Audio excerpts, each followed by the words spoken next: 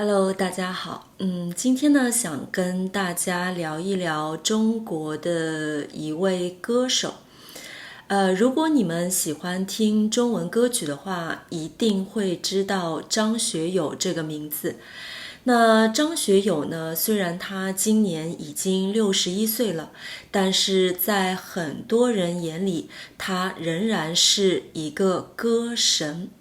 那歌神呢，就是指那些唱歌唱得非常非常棒的人。然后，我记得在我读小学的时候，张学友就已经非常非常红了。当时呢，他和刘德华、郭富城和黎明，四个人并称为四大天王。那天王这个词在古代的时候呢，就是指地位最高的人。那现在呢，我们就可以把它理解成在某一个领域做得特别棒的人，就是在某个领域特别厉害的人。虽然当时他和另外3位歌手并称为香港乐坛的四大天王，但是呢，在很多人眼里，张学友的音乐才华和音乐成就呢，要远远高于另外3个人的。那我个人也是这样认为的。张学友的演唱会呢，基本都是座无虚席的。座无虚席的意思呢，就是没有空着的位置。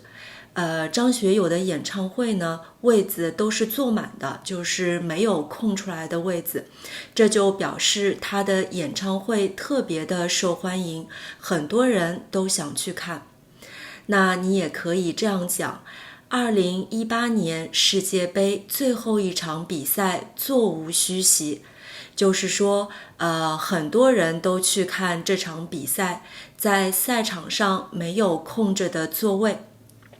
那之前张学友在上海开演唱会的时候呢，我每一次都买不到票子，不是被抢光了，就是实在太贵了。还有一个非常有意思的现象呢，就是在张学友的演唱会上，经常可以抓到逃犯。于是呢，在网络上就有这样一则有意思的新闻，就说在张学友的演唱会上已经累计抓获60多个逃犯了。还有一张他和公安部门的合影。那由此可以看出张学友他的演唱会是多么的受到大家的欢迎。逃犯们呢，即使是冒着被抓住的危险，也要去听他的演唱会。今天呢，我想给大家介绍一首我个人非常喜欢的歌曲，叫《他来听我的演唱会》。这首歌呢，我觉得并不是他最出名的歌曲，但是呢，我觉得这首歌的乐曲音调非常的好听，而且歌词呢也很耐人寻味。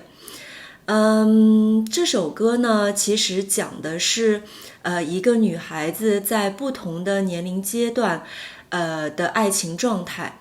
那么在爱情当中，有喜悦，有甜蜜，也有悲伤和背叛。一个女孩子从最初的懵懂到最后的平静吧，我觉得听起来还是非常让人心疼的。那在 description 里面我放了这首歌曲的链接，你们如果有兴趣的话呢，一定要去听一下。张学友通过这首歌给大家讲了这样一个故事。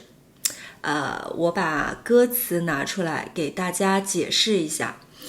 他是说一个女孩子在17岁的时候呢，她的男朋友用半年的积蓄买了2张张学友演唱会的票子，于是呢，他们就有了第1次约会。